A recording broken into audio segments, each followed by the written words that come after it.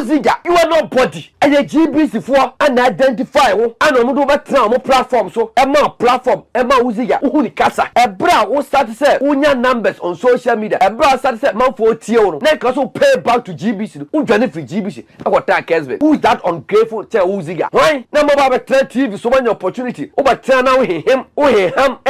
One abet Kennedy Agyapong de onye Kojo papa de onye ye bok Kennedy Agyapong Kennedy Agyapong ni enim eye the campaign because of Asante Kotoko Satam na Ghana League eye vibrant and enterprising at that time Kotoko ne has and he was a deputy to Ora Herbert Mensah free Kotoko no still the man is still with Asante Kotoko the correct say etini e ka Kennedy Agyapong na da Kennedy Agyapong no Ghana de bed pass e ja NPP NDC Akoto aba e de ama nipa afro omo ka sa asem no e de ahye utrim na no obuso omo say na Ghana de ya makwa ma NPP NDC omo say o man na ne emu say wo say from 1992 e de Ghana share NPP NDC emfaso ben ana Ghana for anya free NPP NDC apart from so omo ba ma say work to themselves utie sika say NPP for di utie sika say NDC for di na say e ya sefesem ana omo de sad na ma na me te say NPP for ka so Ghana de e two party state ya na emwanwa NPP for so kase Ghana there a two-party state ya. But for the MPP to make that remark say Ghana there a two-party state, maybe say MPP say, do they still recognize the MPP as a viable existing political party in this country with their current numbers in parliament, with their current state of the party? Party oko election 38.2. Who first saw be kind nam say nya 41. Party ne that was parliament ya. You better take it decision. Who ni parliament so you better take it decision. And MPP who parliament ya enyama who nim say dosini. Who da so kase Ghana a two-party state. Now we political parties ya. What bo MPP enye party. Agu Kennedy Agyapong. This is the time also co independent because corruption no ayan some MPP for come ayan some NDC for come. So only the clean candidate on corruption. We clean. Only candidate about job creation or track record over to at this time arena said this time power there's no any other better time over that. So don't stay in the new patriotic party. Now then you say honorable Kennedy Agyapong so be free MP so free MPP mo and it's sama omo eka na MPP before a device start to be say when you miss the ball don't miss the man and na omo ato omo communicate na go abontene e bi edi Kennedy Agyapong attempt and ya fa binim so from almost say social commentators say omo ma mekasa encherecha say mi ma Kennedy Agyapong ne ho nya Ghana for hi na nipa ba akwa na omo abo ne pa wono ko radio so a o create content about Kennedy Agyapong no aya abrante bi o te Kesmin TV o say fa ni ziga na ziga utie ne nsam na opeso o kire say sabo atatia betima twa so na obaba enam so na say dua ena eda esuo so na ma otumi twae ente ne Kennedy Agyapong MPP na ma Kennedy Agyapong so Kennedy Agyapong enkai nchi na wanyi MPP ama ana wo check say no wo chemu say ordinary kwa na nim ada Kennedy Agyapong ba party mu ene ade ma Kennedy Agyapong be popular na me pesa na ma mekasa wana mekasa na ma for o shaibu you are going hard on ziga no yenko the video we am na sha no say me say ene me chew the aftermath of the base work in Asante say near Mexico. Now, some reason tells us Kennedy Agyapong, a friend people also, friend people, the prospect out there that say, young Chemi, Namco view. Your buck Kennedy Agyapong, ni enim. Eye the campaign because of Asante Kotoko. Satam na Ghana League, eye vibrant and enterprising at that time. Kotoko ne has, and he was a deputy to Ora Herbert Mensah free Kotoko no still the man is still with Asante Kotoko. The correct say etini e ka Kennedy Agyapong na da Kennedy Agyapong no mewa no ra Kennedy Agyapong ye kana yi the politician no sata no parliament because parliament the year 2000 ni enten kan ni entidi e took the gazehezi yes issue e ko ba ye ka sa ba me ne kwayi o ma kwani ko fa kwatempra and was starting so kabi and the man in the bathroom. Then he continued from there, became maverick and outspoken for NPP, and the man in the bathroom. Racket and the Japan should know say, yes, to Obrasa, Obekansu, Ukansua, and you will be the DPI, Obrasa and Tatia, and that won't mean Kansu. So much near Kansu, I tell me, my baby, and then soon and near caught the other side, not Talma Baba who let the no. The American watcher say, And yet they are the NPP made you who you are today. You had your money before joining NPP, that's fine. But the NPP made you who you are today. So what you are taking you to the base, what you are taking you to, they can say the youth people. You can table the same thing to your political party that have helped you, your political party that have numbers to win elections. And if it's not ready, you can stay in the party. Jamaica Rwata say, and wait. Nana Akufo Addo became president at what age? Jamaica Rwata say, he became the president at what age? 80. That is yeah, many no. Afriyie be the base. We pay, yeah, popularity. The respect that people you have for people now. You see that the UP are desperate to ally themselves with the base because the UP over and over keep dropping. They keep dropping. Had it not been there, the media houses that be giving chances to Solomon Owusu and good, that is Ziga on Casbin TV. Now Ziga Eka a nipa MPP for a show much. Say, Omumra Church, Ghana, former Ghana Fontier, as I said, the MPP in the market, Kennedy Agyapong. So Kennedy Agyapong shouldn't be that ungrateful. Say Kennedy Agyapong free party, Manakoto, or a person Kumia, or in Yachum, and I say, Bia, or Ninkaye. Naziga can say, was it Kennedy Agyapong, about Parliament 2000, point of correction. Yet to about 2000 Kennedy Agyapong win here, but Parliament is about 2001. Now, yeah, share MPP, any Kennedy Agyapong. Why no aboa the yonko? Yam fan free Asante North Embra. Asante North one of the constituency na ye MDC for the kram. Na before Kennedy Agyapong be free America ba no. Na MPP for a presenting candidates be brave. A omo kwa enye ye emomo. Anti Kwabena Agyapong ano ka Kennedy Agyapong ya kwa akoye survey in the Asante North one. Nipa obetman win seat no Ejama MPP Kennedy Agyapong. Me busa Ziga say, and the two candidates na MPP for the Omakono. I don't mind my win seat no.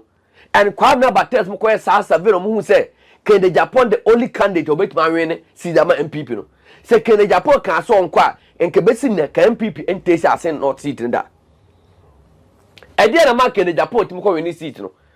Kennedy Agyapong as Kennedy Agyapong private person no. AC schools Asante North for two kwan in the bottom sika eto post see community because na omanpeni that down here because Rollins rural education project was say so to me see post me brown kania ne ya even Asante North sisi akwaboro enipa nkrodo was say betuma to line not then before 2000 and the sanya ma when Kennedy Agyapong ye baabi akwan ni no yi akwan baabi school no si school dan baabi life post no yi life post or life post e ko isi ho and a Asante North for who say no in a match I say yam MPP no papa we there ye to a bad man because of Kennedy Agyapong and Kennedy Agyapong ti and omo to aba man MPP by hold seat no in 2000 so we di michima ye busa say ada na Kennedy Agyapong ja seat to 2024 MPP ni ko yokore here and if you are telling me say the MPP who make Kennedy Agyapong ye busa say omo call MPP dimu before Kennedy Agyapong my I didn't mind because they went in the name of the MPP but party no anti-man win elections no Ghana for in that sense of etwa betian na me busa Ziga say was so your political analyst or your political pundit ya what TV so or kasa no or chem no ham kasa say MPP before member power no Ziga unim say in 92 Kennedy Agyapong eboa MPP Ziga unim say 96 Kennedy Agyapong eboa MPP unim say 2000 Kennedy Agyapong eboa MPP Kennedy Agyapong eboa MPP ato even 2025 omokoye conference me busa Ziga say South America Kennedy Agyapong eboa MPP no where was MPP na MPP to opposition MPP wunya kono but this man otchere otchere MPP na ene say honorable Ken free say na the support free say ya treaty Kennedy Agyapong ye Kwaku take the base ama Kennedy Agyapong be the base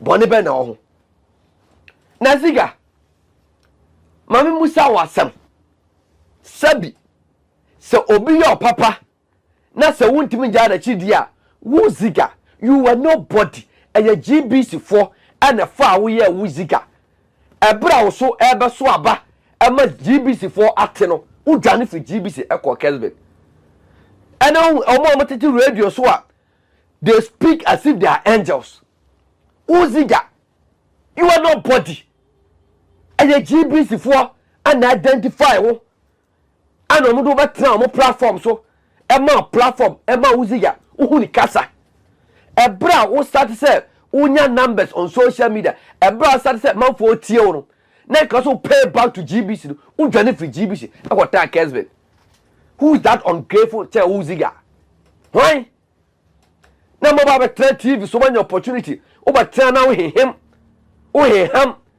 chem wo na ba kire Kennedy Agyapong de onye ko kire papa de onye ziga say NPP na ma Kennedy Agyapong eye NPP a ziga mesrew just scribing TV adwuma no na kwatra NPP mu na NPP so ema onya big second Agyapong sa o create content about Kennedy Agyapong no ni problem but o be kan sama enim e pasa unya o man nya tan e wo Ghana for anim to the stand up Kennedy Agyapong or you ungrateful eye NPP na you ungrateful to Kennedy Agyapong because Uziga. So if you have read a lot about the young people, say if we see a T M people, Obiano authority pickups, actually Kennedy Agyapong. Kasa Samno, Obiano was different MPP, actually Kennedy Agyapong. To the sense charging treason, Kasa Samno. Ogotra GBC, Yahu over GBC. GBC they make you Ziga. Every year, Ujane, Okokra. And to also obi papa that's a nipa ko ni kwasa da na chi ema obi a enya wo na also kasa asem because GBC make you uziba giga so all the ziga ziga no e dey see here wo je na nya obo and na we mutitin platform so me and some for they are speaking with facts and figures until Ghana for nti omo ziga I mean ka asem choma diga ga say if you are creating a content about Honorable Ken, you no need problem. But opasa uma onya enemies. Awo manum opasa cheze Kennedy Agyapong on girlfriend. Who ziga? Eye GBC for na far from nowhere. Eye uziga. Ema atie for ma Asante hu se we ziga. Ebra wo benya platform GBC for better content. Udwane jawo. Why didn't you stay with the GBC? And this is Kennedy Agyapong crap. Say MPP they make it MPP. No cut of MPP man. But no, just like you left the GBC, you abandoned GBC. I don't know what the Kesben. Now, what can Kennedy Agyapong, Papa or MPP? Say, and a Gizayaji issue no, and a man Kennedy Agyapong. You be who? Me busa uzika say. After that time, no Honorable Ken. Kwaku defend man penuko for no. Na MP for chairman Sabosumo and the MP for keeping Roma the parliament. I don't know what defend. So they could also use Gizayazi issue and after they carve a good name for themselves. These are people on the TV so yen tia omo the clear facts and figures. But we will feed your omo Abu Shafra for the young one seminal so for Froso. The Ominan say Utye the various political parties MPP ne NDC say Kennedy Agyapong equal independent ya one man you kono ebe three position and then Kennedy Agyapong the new political party eba one man you kono top position and some mutaka oh Ghana the a two party state Ghana the bed in pass ebe ja MPP ne NDC Akoto aba e de ama nipa afro omo ka sa asem no e de ahye utrim na no obuso omo say na Ghana de yamma kwama MPP ne ndis omo nse oman nana ne emu say wo say from 1992 e de Ghana share MPP ne ndis am emfaso ben ana Ghana for anya free MPP ne ndis mu apart from so omo ba mass work to themselves utie sika say MPP for di utie sika say ndis for di na say eya asefesem ana omo de sade na mana me samete se MP before ka so Ghana de a two party state ya na mwanwa MP before so ka se Ghana de a two party state ya na mwanwa se NDC for kwale kasa asem say Ghana one party state ya betiase but for the MPP to make that remark say Ghana there a two party state maybe say MPP say do they still recognize the MPP as a viable existing political party in this country with their current numbers in parliament, with their current state of the party? Party oko election 38.2 wo fere so be kind nam se nya 41 party ne say parliament ya ye betuma take decision woni parliament so ye betuma take decision ene MPP wo parliament ya enyema wonim so entosini wo da so ka se Ghana two party state na wo bobo political parties ya wo bo MPP enye party agu because ye ba 1992 after 2000 ye who say MPP take power NDC so take power after 2000 MPP entimi ma NDC man control parliament absolutely Sasuna MPP na tena ho man ne 2024 MPP abo passa man ne MPP relevant parliament no insignificant we don't need them in parliament and to a Ghana near Utiemia ma MPP be dada so and a Ghana two party state omoboa MPP nya party exist in Ghana omo party omo ane ye agu party no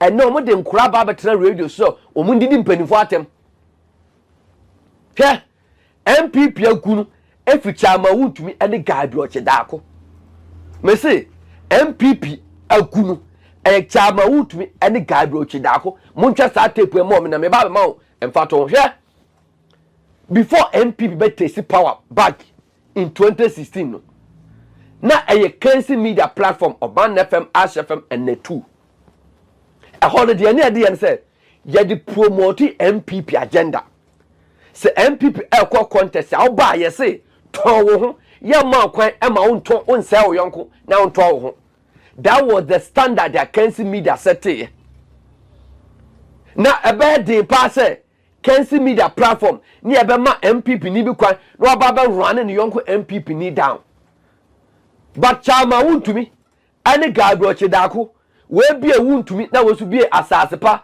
ene se bi asase fuoro the omo ye de say if there's a contest here wo mo makwan e ma party for na e be gu omo fi we di we yatem we ye we sem na wo di ni pa na tem no sa ni pa betuma to na magana fo ana ene de MPP ahwe ase aba so wo pese ohu omo ma gu MPP a eye gabby darko ni chama wuntumi sa omo FM station so omo bio TV station the omo ye de say omo from promote party no and omo fa instill discipline the MPP wuntumi timi map kwan me be di party mpani fo atem na gabby so ama kwan me di party mpani fo asem omo na gu MPP ndi amamo na omo so de omo ba ka so ana MPP ene NDC omo ne party omo boa omo nka ho na honorable Kennedy Agyapong me papa no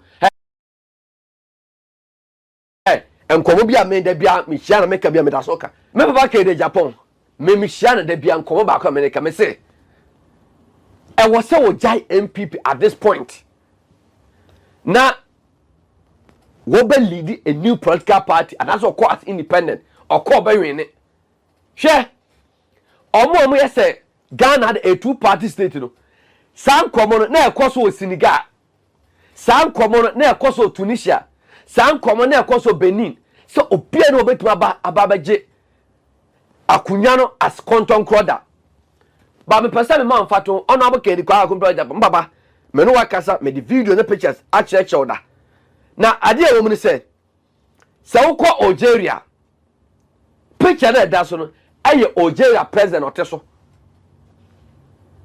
o contest as independent and orene Algeria aye African country and to obi obeda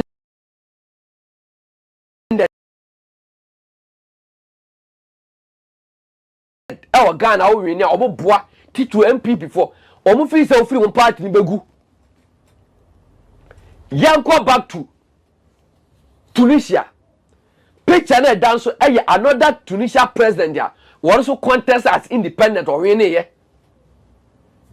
Benin leader wa free so no won so contest Patrice Talon won so contest as independent there won so dey win here until this African countries yetimi ko independent win she Algeria a Muslim dominated country Tunisia another Muslim dominated country na Kennedy Agyapong what na ho Emma Ghana for call for say bra independent contest independent now ma MP before party egunu be catch so na okwa enye ye Ghana the two party setup me say MPP enye party existing party and MPP no omu pillar Kennedy Agyapong film e beje gubra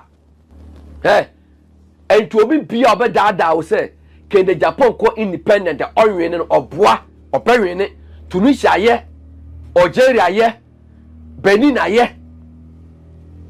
because at this point na Kennedy Agyapong betmanya campaign message this time corruption adokro mind both the NPP and the NDC share Algeria any leaders ya mo contest on the taking of independence they campaign on job creation and corruption. Algeria for leader and Tunisia colonial. One of the campaign is or decentralization of the ministries. Just like Honorable Ken Ofori Atta, Kennedy Agyapong, this is the time also co independent. Because corruption, I yan some MP for come, I yan some ND for come. So only the clean candidate on corruption, we are clean. What the candidate about job creation or track record. Over to at this time, I said this time, power. There's no any other fertile time over that. So don't stay in the New Patriotic Party. I will say, the aftermath of the base work in Asante region. It said, and command air course Asante Mantem and say, and command air course and say, MPP air command for some strategy. Ultimately, kill put the base in the Asante region. No more strategy. I will say, the base coordinated in the various constituency in the Asante region. What can we do? Let us give them money so that they will call. He said they are down. No. I say no more say the base everything organize our work and the nipa say in the Asante region. When Kennedy Agyapong army almost Alan there, woman so about Basi nipa and after that Alan can but wait there. In the name of Kennedy Agyapong, omanya this number there, I didn't make him and what say young trap the base leaders no yan tie some with sika na obunya adwuma no na echina constituency rep we say majai that information out there I wish for me the Shaibula CC Beshia. Uziga, you are not body. And the GBC for and identify and on over trauma platform so Emma platform Emma Uziga Uni Casa a bra who start to say unya numbers on social media a bra start to say man for Tio neck also pay back to GBC who join for GBC I got that Kesbe who is that ungrateful tell Uziga why number of Net2 TV so many opportunity over turn now him him who now bet Kennedy Agyapong de onye Kojo papa de onye ye bok Kennedy Agyapong Kennedy Agyapong ni enim the campaign because of Asante Kotoko Satam na Ghana League vibrant and enterprising at that time Kotoko has and he was a deputy to Herbert Mensah free Kotoko no still the man is still with Asante Kotoko the Bekorata say etini Kennedy Agyapong ne da Kennedy Agyapong Ghana de bedin pass e beja NPP NDC Akoto aba e de ama nipa afro omo ka sa asem no e de ahye utrim na no obuso omo se na Ghana de ya makwan ma NPP NDC omo se o man nana ne emu se wo se from 1992 e de Ghana share NPP NDC am emfaso ben ana Ghana for anya free NPP NDC apart from so omo ba ma so work to themselves utie sika se NPP for di utie sika se NDC for di na se e ya se fesem ana omo de sad na ma na me se NPP for ka so Ghana de e two party state ya na emwanwa NPP for so kase Ghana there a two-party state ya name one but for the MPP to make that remark say Ghana there a two-party state maybe say MPP say do they still recognize the MPP as a viable existing political party in this country with their current numbers in parliament with their current state of the party party oko election 38.2 wo fere so be kan de nam se nya 41 party ne da wo parliament ya ye betuma take decision woni parliament so ye betuma take decision ene MPP wo parliament ya enyema wonim so entosini wo da so e ka se Ghana eye two party state na wo bo political parties ya wo bo MPP enye party agu ti Kennedy Agyapong. This is the time also co independent because corruption no ayan some MPP fokom ayan some NDs fokom so only the clean candidate on corruption we clean only candidate about job creation or track record over to at this time arena so this time power there's no any other fertile time over ko arena that so don't stay in the new patriotic party. Enipa bia na Kennedy Agyapong na oye wo supporters wo Owusu nti wo so mo agya wo ba NDC ena me duru ha ejobodo so kan na minim so mo ye MPP for pa Agyapong asem no view look mumma Kennedy Agyapong mumfa no ntoto ikuna bi agima Rollins ho na mumfa no ntoto guzita no ho ani bije hwan no na mo anyenye mo se base oh ma menka masem so de waka we de ye de nti ya make us ane se se ya me no kase me wadum ha unim se mo shop ha enipa bia na Kennedy Agyapong na oye wo supporters wo Owusu nti wo so mo agya wo ba NDC ena me duru ha ejobodo so kan na minim so mo ye MPP for pa look ebeti baba say bi o mbeke kasa you see badudu see eto aba Kennedy Agyapong dewo MPP nti no ebi o mbeto aba mbo yini firi ho abeya so de amam Kennedy Agyapong onye ordinary person no na no odin na no ya so de ate nti se mu yini firi party no a party no ensemu a ya Kennedy Agyapong obeka no enye binie when like my Rollins yes no influencer but nan anoya no eni nsem keka no na nru Kennedy Agyapong de to so bio ye be quote ya mo no say we portrait no ho say party ni mu no why the biggest financier Kennedy Agyapong san wa portrait mo susu mo dispute to that fact what what me talk pick up and the all the constituencies obi ama bontin me kan say the work na nye no na unte ye swat ya tie wa portrait no ho say why the biggest financier wo de ma menka de make an wi enti ni supporters no won benya ne sympathy so obi e ya wo no waboa mo say pa no mu yi na firi mu dia ene wo so on be kire mo enti no enye easy sa enti me de medaka opa o mahene me ne no yanto ntia sesi ya so wo ntimi nya Kennedy Agyapong foko wo ntimi nyi ne da isa brobe opa yanto ntia mu ntimi nyi no mu ntimi suspend no ena mu ntimi nyi na dim free party no uja opa o mi yanto ntia sesi ya wo say uja mi awe ja de sa ufa mi afa musu sa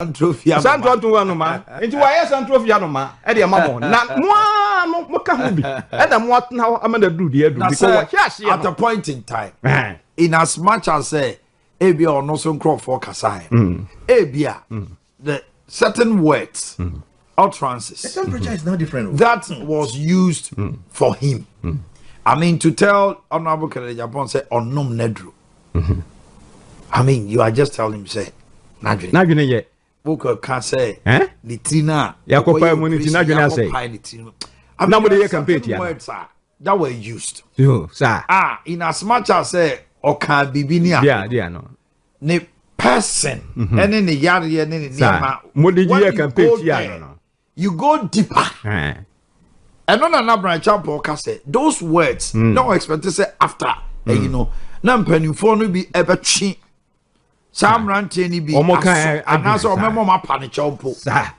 Right, the champo wrote it. He said he did not see it, and that was an overlap from the elders. If he say Amwa, because they be on normal cancer and me fan one cabania. Ebenia, and you can't so any part. Where any part, and in somewhere, ya, Mwakatiano, you be now we be Bitianoa, or the show, because a mini papa be saying. Wasi ono de oye ne bone a enya me nkwa na okachere wi wo sa catch another person na chese de o kan say na wasi uye ne bone a na se wadwene yo so de achewa agoro na wudi omfa chew woso won de onya onipa enya ne bone enti enwa wadwene so be ne bone enya me nkwa na okachere me enti wo kan no na me kwa me wura fi na se o koka asem kro na akere nipa bi ma nipa no and there are people like that na nipa no ebe ka kire me se hwe nipa no nipa no ne nam na simse no waka wo enti hwe ho yiye e wo no ho enti waka za say pe nam ta me waka kire me no mamfa na sem bia ba se mienu abetoso dia na kyesa sempa na waka no ndi se Kennedy Agyapong sa na wote dia na e mo hawo so onye obi ye ode bone eche dia bone am aye na obia no enya de ode be che. Okay, yam fa jumede ni see how yam no nti the temperature is different. Now. Okay. Put pa ya feel the almost on my brain. On the note of that, we say thank you for staying with us. My name is Jackie Ninkomo, Openi Ekuyoku nsema a wokan bi mu chese we de wo susu je gumudie. Ana say ohun say the NPP's internal stability no ope because NDC ni. I think say or play the devil's advocate here. Oh yeah, sure. Because on one side, you know, as a original NPP afan epesasum JPM. On the other side, you know, so as a was also born trehebia etrese say NPP for and this one yes jumana as a jabetum amon on the party no maniaji. As the all here so all can say oh Kennedy Agyapong Kojo Kyeremanteng no krena no worker and any kwan say omode ne compare obi ti say Kunadu Ajamai Rollins ne Gusitano ezan say Kennedy Agyapong Kojo Kyeremanteng or loud mouth and also information kra no ono an also your financier NPP party nim nti say omo very careful with him yes omo ye ma ne free mu a ebe ha omo just who ties answer na work and dia kamia kwa say he is calling for the internal stability of NPP. But on the other hand, so utimi ba na se also we can say oh there NPP forces or more member among Saki Kennedy Agyapong Kojo Kyeremanteng free party. It is a kobasa na NPP mpeni for so to one na ebu ra omutiri no mo say okay as akwa no kwa ni need agro do what it party do among for kra hu ni say member di take decision bi a ebeko e de atia Kennedy Agyapong Kojo Kyeremanteng. On that score no there ebe nowhere to Akuyakon in favor. Sanso na no was say bubu baby say nipa bi wo no ma oye no bone a on fan che as o paint picture bi say Kennedy Agyapong Kojo Kyeremanteng anya de so de be che omo duwe Kennedy te crown o be ka say ono de osun da ya ntokwa ne sikantie ne no kra no work kan nya de am de be che NPP for e bia na won no so akogina so no take decision bi entimi de me hu no say the devil's advocate and will play on one breath no or can be the party on another side no or on so party interest. Na said the OC ma ayi say as a honorable Agyapong supporters ne Sochiko NDC na yes eno ma bi a hyase o say supporters of MPPs ni bi Sochiko NDC ana yes true because as we obekaya maybe ahead of 2024 no I dey say Boakye Agyarko can the same thing no otchere say aboa bi ti se kraman de oni de o no ye na de no won kwa we mo hu se nya de so obeko oni wachi but bibi ti se nipa de e betima ba se on the surface ni de obi a tete wonu mu de a ha obega se through 2028 on beto aba ama but na ni tiri mu no nya afa na adwen dada e no scenarios ano painti ebe so otchere se market women na e wo edwom no e ade se first na nkomu nyina no omo the NPP achi because of Kennedy Agyapong Kojo Kyeremanteng donations na nyoma bi oyede momo but they say no do hono ma ezu which means amanfo ahyase koda dada na emo NPP no na ebia omo realize ye ade say nyoma no so ade say ha NPP for pa in 2024 ade say obeka ya achievements akora recently ba bonten ebeka say ade say lan Kojo Kyeremanteng enya ne numbers ketu bi na wonyaye no ene say amanfo focusing on na emom ade say what na se na hwe o ma no mo pena so mo nkoto aba ade say na doors pa intimidate me say yes amanfo ahyase join NDC dadada ene ade ana ebesi esa nyoma yakoso NPP party ma mentime ho ase any instability bia akasakasa bi bebre bia yakoso NPP party ni yen hwa de said the OC eka say obi antimi and disprove say honorable Agyapong were one of the big financiers in NPP does that confirm say honorable Agyapong financially in hostage I can say financially hostage to one the NPP itself no is financially hostage to one man's goodwill and loyalty. I don't think the NPP leadership silence it means they are financially hostage to Kennedy Agyapong Kojo Kyeremanteng. I think they acknowledge the fact that he is the biggest contributor, but there are others who has also contributed. And me say for peace sake, NPP leadership and as 24 no say there is no debate because just recently Kuranoba Kaya Omokoye Congress ideas would donate 4 million Ghana cedi 40 billion currency. There's a news kaketua amount for him say yes a back contribution there. Kennedy Agyapong Japan ye ne pickups near the ade. Into omo me hu ni say mpanifo no apply wisdom. There's a hu ni say for unity sake no kra no.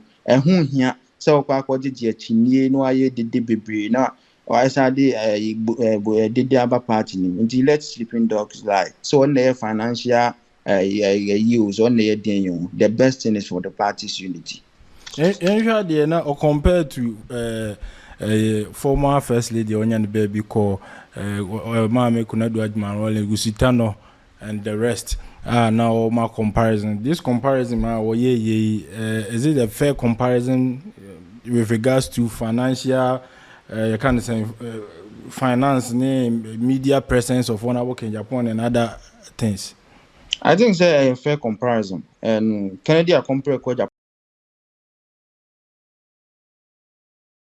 crown so anyoma na omobo boss no nyina fa financial muscle ne grassroots following and media presence ne market room and I donate to nyina I think say nyina no Kennedy Agyapong more on her side in potential enipa mienu ya obo modin gusitano and Kunedu Ajimai Rollins is Kennedy still politics in the march after kwan business so building ho just workers what in ho I dare say be a disruption to NPP party no. I made him who say so much tenase. No more resolve say no more way nyina e disciplinary committee. Say NPP for omuntu mi sake ona Boakye Agyapong said ye opanyi Ekuoko kan na said ye ono so ne public outburst city enso eno so omuntu mi encontrol na so omuntu mi hu de omonye yi e de be pa na osusu se mpanifo no ya be boa ama 2028 omuntu mi akonkoden Me de me dwen said ye NPP for pa de omu hia pote pa e ya asumdie a je se kwan ya ombe fa so ama asumdie ababia no ese ba ni me hu ni se Dr. Mahamadu Bawumia ene mpanifo mienu bi e call Kennedy Agyapong ho na akosra wo ne de enya de be solve problem no and clear example ne say Kennedy Agyapong esa ba abontin a osa be kasa bi mi but hu say specifically no enipa bi a Kennedy Agyapong hu say omo kan kasa bi eti a no ankasa in ohwe ne interview oye obobo omudin no esa so omutimi match wo mo ana omo fro omo na disciplinary committee ya akwanya ba enyoma ko no mbeto omo za afre ni san kofo ne timi ba ho na omo be pa na chew na ote ase e wo ho no ma announces agreement no be say be individual no be patch wo e be social media na say TV so o ma ba be patch wo na ntiase no aye adwuma yi enya sa dia one step forward one step backwards na be koso asa aye adwuma enne nyoma bi nsusu a me hu ni say obobo so wo ne interview no ma osusu say enunti ogina so kra na o de bon tre hen say 2027 June as July ade so be ba bontin sa nyoma na o addressing was sa interview no me sure say sa nyoma nya omonya address sa nyoma na ntiase ye adwuma NPP for kwan so omo 2028. Thanks for watching. Like and share the video. You can also drop your comment. Please don't forget to subscribe. Click on the bell to turn on the notification.